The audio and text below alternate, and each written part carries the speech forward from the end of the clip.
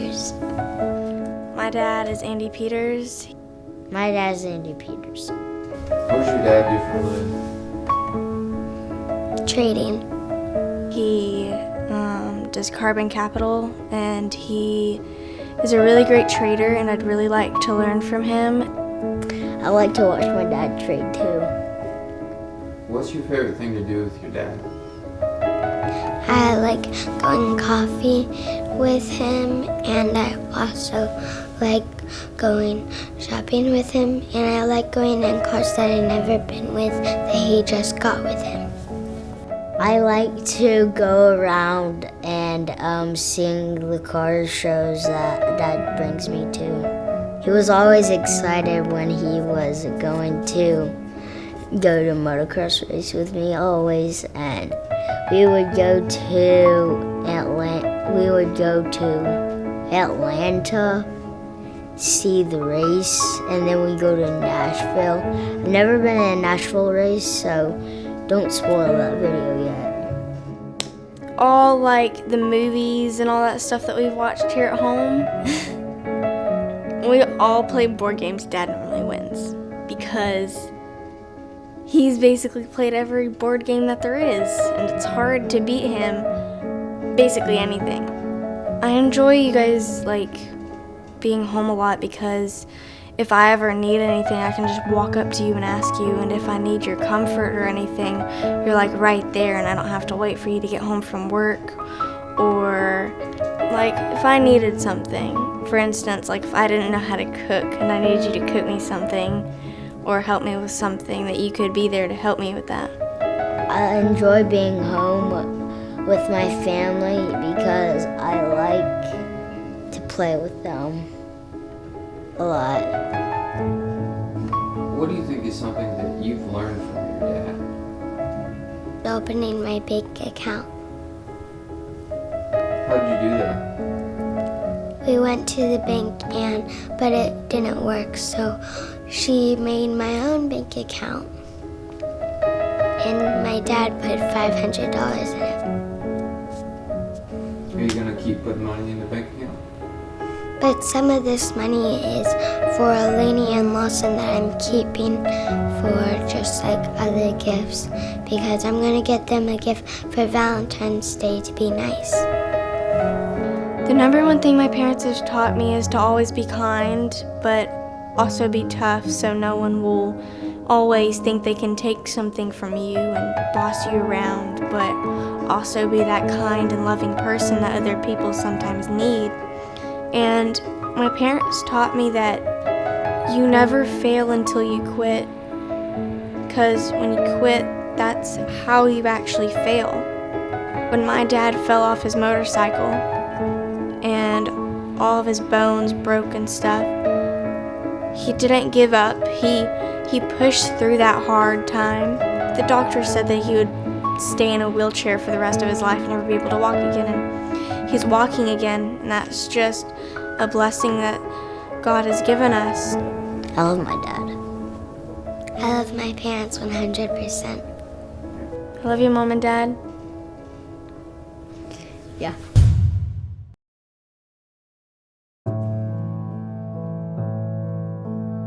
So I get asked a lot, Andy, why would anyone want to listen to you? Why would anyone want to even follow you on social media or watch your YouTube videos or anything?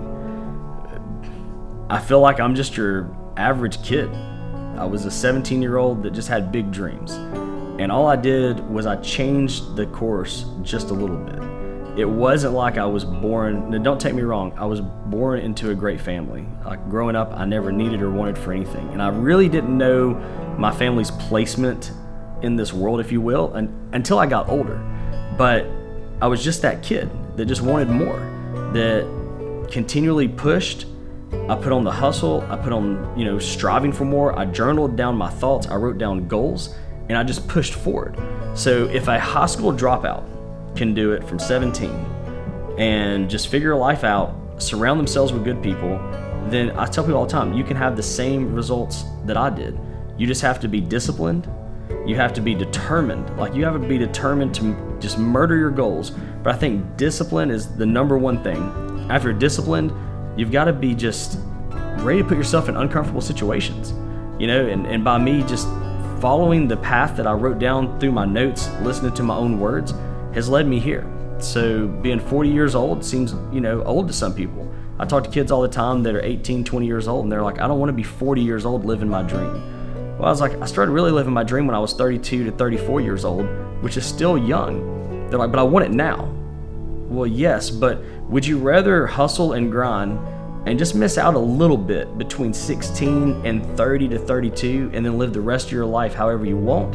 Or would you rather be 32, 35 trying to figure out your next steps to get to your dream? Obviously, the earlier age is the better. So I tell people, if you can just follow my journey, take notes, put your own twist to it, then you too could be living the dream you want to. Now, I want to take a second there and just say that if you're living your dream and you're having the time of your life, then some of the stuff that I say isn't going to relate to you. I'm talking to the people who want more. I'm talking to that kid that's 18, 19 years old and has that dream. Chase it. Follow your goals. Be disciplined. Put yourself in uncomfortable situations. To the dad that's maybe in his 30s who wants to spend more time with his kids, who wants to spend more time with his wife, now's the time to follow suit and make changes in your life. Quit doing the same thing day in, day out, and expecting someone to knock on the door and hand you the keys to your dream. Because I can promise you right now, it doesn't exist. You're either born into wealth and success, or you get lucky. The people who truly just sit around get nothing. You have to push forward for it.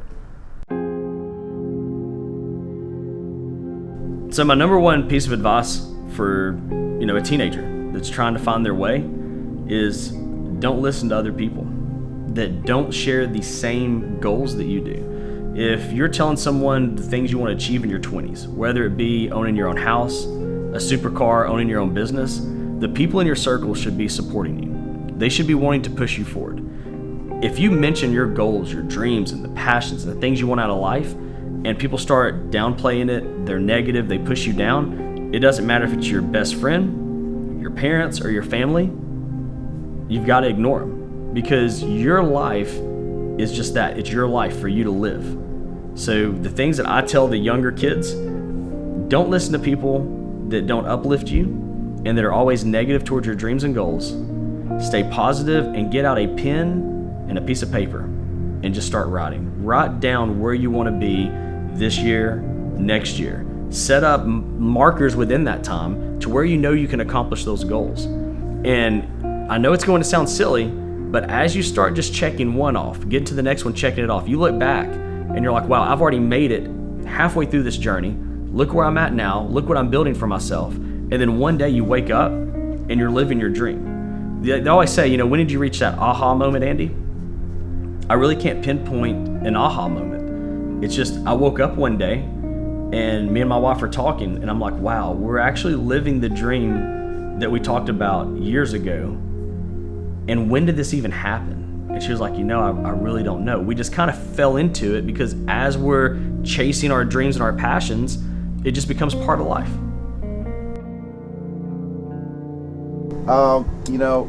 Thinking back to some of the most, wild times you say we've had, it's not really the parties. Parties come and go. That's fun. And I really enjoy them, being with friends and making those memories. He will take some of the most special things and show you how little it means. For instance, some very, very expensive, ultra rare bourbon or wine or some experience or some car, and hand you the keys. Pop the bottle of the bourbon that hasn't been opened in 80 years, right? And show you with the pop, it's not about the bourbon, it's about the friendship. The wild memories are the gestures. That's really what they are. And it could be a casual Tuesday. It could be middle of the week. It could be a holiday, and it never fails. He will be there with a smile on his face to show you the end of the day. Friendship is what matters the most. And there's not any one of them. There's so many of them.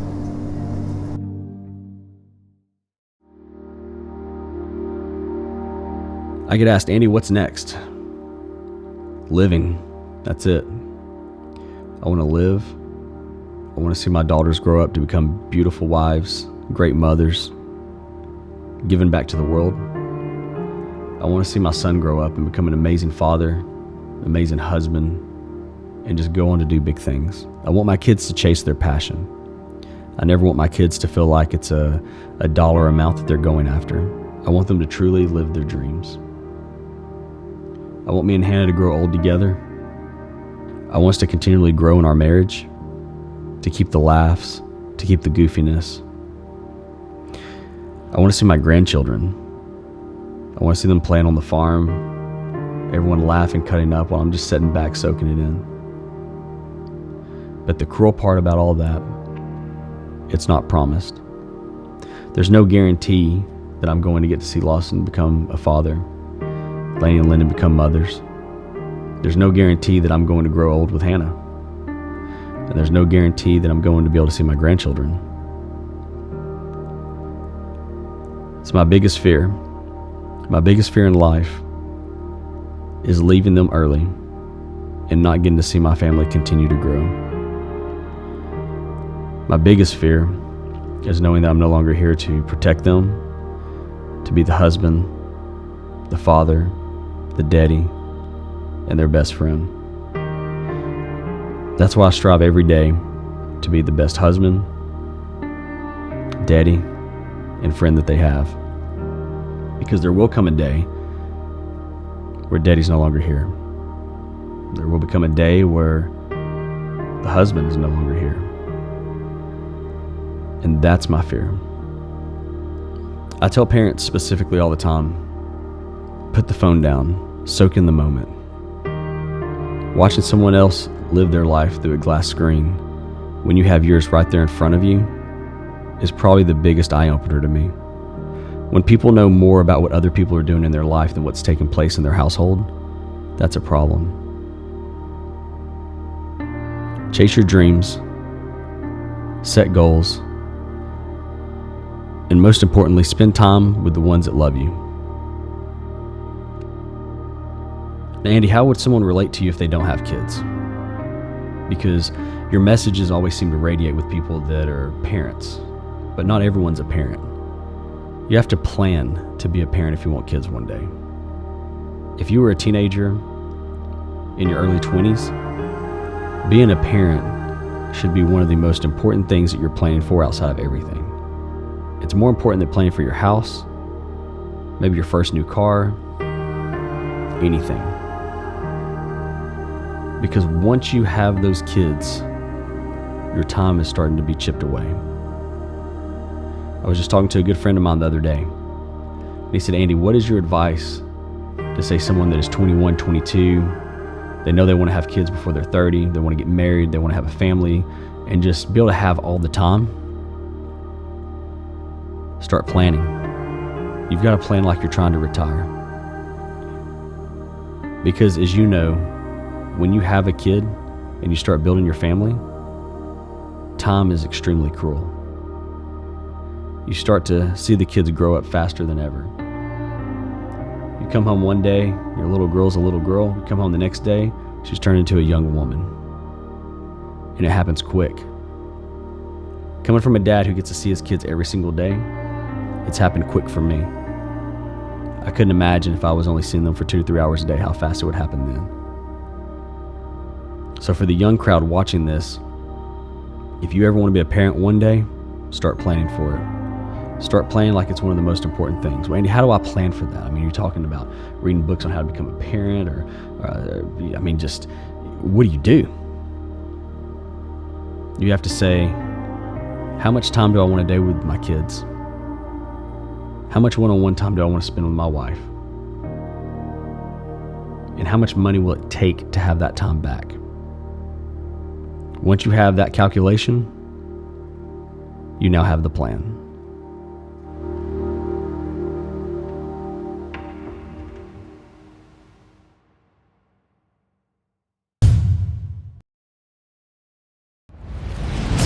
Hannah, Lainey, Lawson, and Lyndon, you all three are going to go on to do amazing and beautiful things in this life. Know that Daddy loves you more than anything.